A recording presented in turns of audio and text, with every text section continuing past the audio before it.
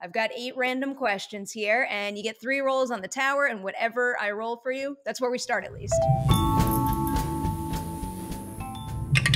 What is something that you did for a role that now makes you say, I'm really glad I did that then, but never again? Something I did for an audition once was put like a fake ring here, and I tried to put one here and here and here, and in the middle of the audition they all fell out and it was horrible.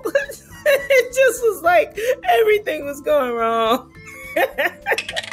We get Peacemaker's opening credits here, but if you had to make your own opening credits, Peacemaker style, for a show about your life, what song would you pick? And what style of dance would it be? Well, it would need to be interpretive dance. It needs to just be very abstract because that's how I feel my life is. And the song could be... I just got married, so I'm very much in the wedding song. So I would say We Will Never Break by John Legend today. What is the most memorable rap gift you've ever received? The one that I remember off top, because I just did Peacemaker, was Jen Holland gave us these really cute silver necklaces with an eagle on it, and it says Peacemaker 2021 on the other side. I really like sentimental gifts, so I really, really like that. Hello everyone, welcome back for a new episode of Ladies Night. This is Peacemaker Round 2, because I love this show, I love this cast, and I'm a big fan of Danielle Brooks. Hello, congratulations, and welcome to Ladies Night. Thank you for having me, Perry. I'm glad to join you. I always start right here. What is the movie, the performance, personal experience, you name it, that first made you say, I have to be an actor? Such a great question. It was definitely that I had to be an actor that I saw. It was Color Purple on Broadway. I was 15 years old and I had won this competition for high schoolers to come to New York with Bravo Network. They were doing something called Bravo on the Set for diversity, and they brought like 10 teenagers out with their parents, and my dad had gotten the tickets to see The Color Purple. And that changed my life, to see that many Black people, just being so professional and just bringing me to tears with the story. In that moment, I remember being like this and I was just bawling. I was like, oh, I gotta do this. And the crazy fun part is that 10 years later, I got to star in the Color Purple revival on Broadway. So that would be my have to do this calling moment. I always love hearing about someone's decision to study in a school setting versus just getting out there and getting industry experience and learning that way. So why was Juilliard the right path for you? Well, to be honest, I didn't know much about Juilliard. I grew up in Greenville, South Carolina. So for me, it wasn't really just go out there because there wasn't much to go to. So for me, I went to a high school, performing arts high school, and strangely enough, all of the Black girls that came before me, and mind you, I graduated in a class of 99, and there was only 15 students in the drama division, so very small. And the 3-4 Black girls that came before me were all getting into Juilliard. And I was like, I don't know what Juilliard is, but all the Black girls going. And that was Tiana Paris, that was Nicole Bahari, and a young woman named Stacey Scott. And so I followed their path, and at 17 years old, got accepted to go there. And I'm very glad I did. That makes me so happy. What a wonderful group. Tiana is a former Ladies Night guest, and she is just like friggin' bubbling with energy and wildly talented. Yeah, I love she's that. great. You study there, and it makes me curious. What is something that you learned while studying at Juilliard that you find yourself still referring back to today? An important and invaluable lesson, but then what is something that all the training in the world could never have prepared you for when you hit that first set? The thing that I got from Juilliard was that your work does not end after an applause. Your work continues past that. And that was very important. I think sometimes as actors, sometimes we can be selfish and after we get receive the gift of getting a standing ovation, we think the work is done, but we have so much more work to do. And it's okay to be a little political, and it's okay to have something to stand for. And I definitely take that with me forever.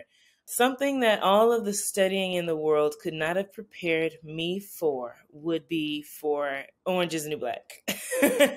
You know, in school, we're taught something called IPA, the International Phonetic Alphabet, and it's supposed to like be like standard American way of speaking, and neutralizes your voice so that you can go from country to doing a British accent to doing all these things.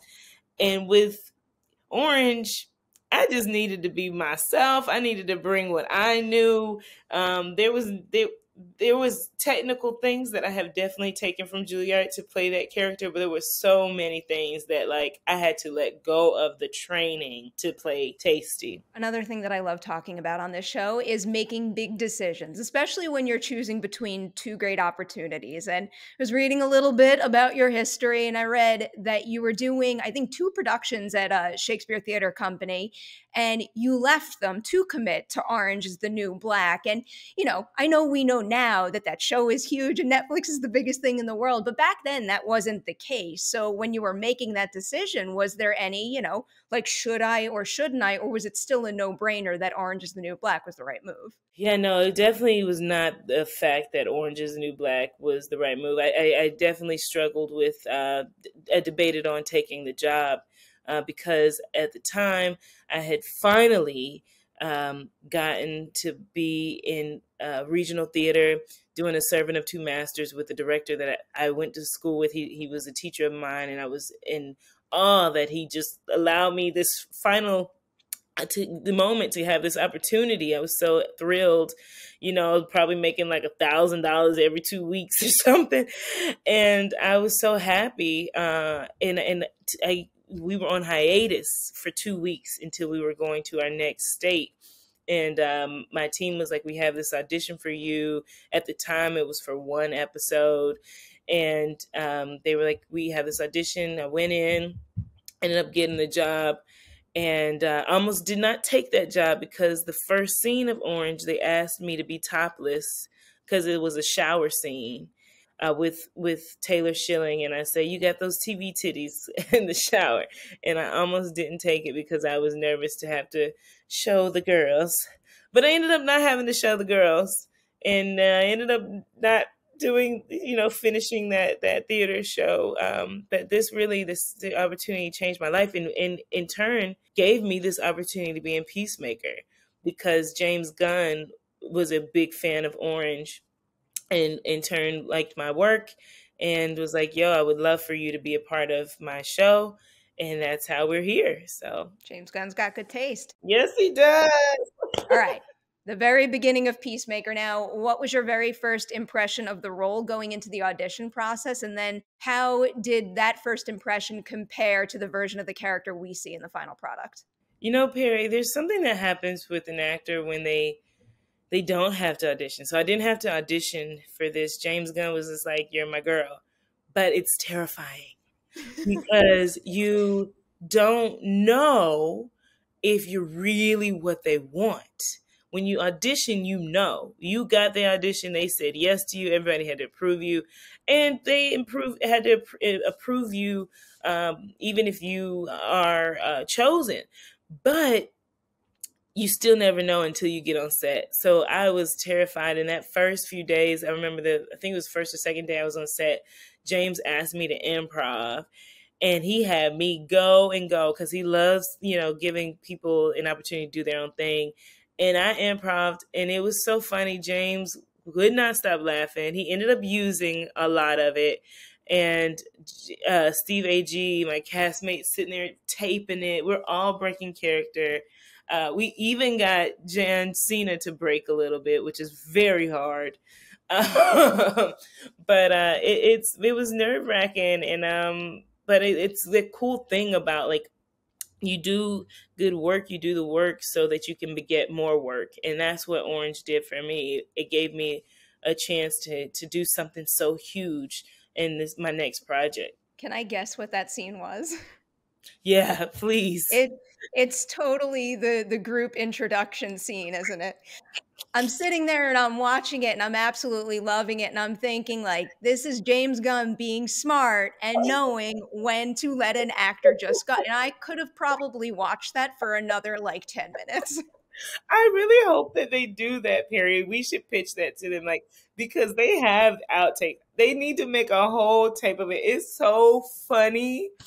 Oh, it was so scary though. All right, let's get into Adebayo in particular now. Specifically, I got to ask about her being Amanda Waller's kid. I don't know if there's a plan to show more of this in the future, but just for your own head going into this particular season, did you have to figure out what it must have been like for her to grow up as her daughter? Kind of like figuring out maybe specific memories, qualities of their dynamic when she was younger, anything like that? Yeah, I mean, those are definitely things that actors are like running through their head about, and especially for the way in which we display it. It's more internal than we get to share with the audience what that is. And that would be so cool to like for season 2, especially because I love Viola Davis. Who doesn't? We're South Carolina girls and Juilliard girls. How cool would it be to like go into their past in a similar way that we do with Peacemaker. So I definitely hope that James Gunn explores that in season 2. But yeah, it's this whole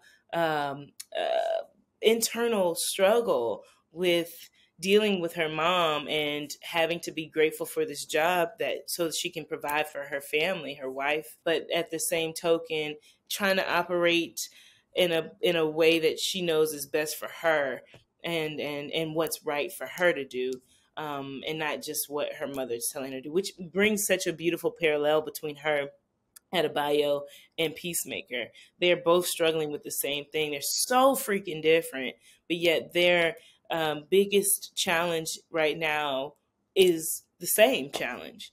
And so it's really cool to see how they navigate it, and how they both have to be honest with each other and push each other push each other forward. My big hot take on Adebayo is that she is basically the rat catcher of Peacemaker, where she's just like oozing with heart and has that ability to connect with all of the characters in the whole group and push everyone Yeah. forward. So That's it's awesome. part of the reason why you're my favorite in this and why Danielle Thank is my you. favorite in Can this. I just take you with me in all press? Because that was really nice. I just need to like have Happily. you be a bug in my ear.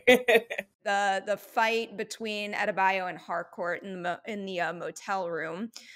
Why, for your own head, was that the right moment for her to finally come clean to someone about who her mother was? Is something like that just coming from the heat of the moment, or did Harcourt just suddenly feel like the right person to her? I think it's more so the heat of the moment. It's almost like having that Coke bottle that, or a better example is like I just went on the beach. This is a horrible example, but maybe it's a good one. I don't know, but just this example of the champagne bottle we had on the beach, and it's starting to overheat, and that top busted open. And I think it's just like that. She just could not take it anymore. She is fighting these butterflies. She has her wife in her ear, her mother in her ear. She's losing friends. She's about to lose her own life. All of these things were just filling up in her. And Harpo, excuse me, Hardcore happened to be that person there. So yeah, I don't think that I think I hope it's safe to say that, you know what, I don't even think I can say it's just she happens to be the person there. I think it was specific to her being there, because I don't think she could have opened up to Vigilante or, Steve's character. I don't think she could have.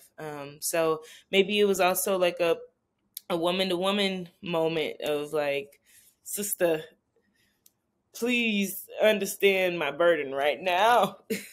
That's why I asked the question. I felt both being true in the moment, and then the satisfaction that comes with seeing how Harcourt responds and grows herself after that. I'm like, yes, like this Yeah. was exactly right. Needed to Yeah, happen. we You have definitely needed to have it though, because oh, I just would have hated to like walk away from it and just have two women be at each other for the whole season. Like, what does that serve? You know, we have enough Housewives of Atlanta moments that we need a moment of women coming together for sure. Not comparing the two, but you know.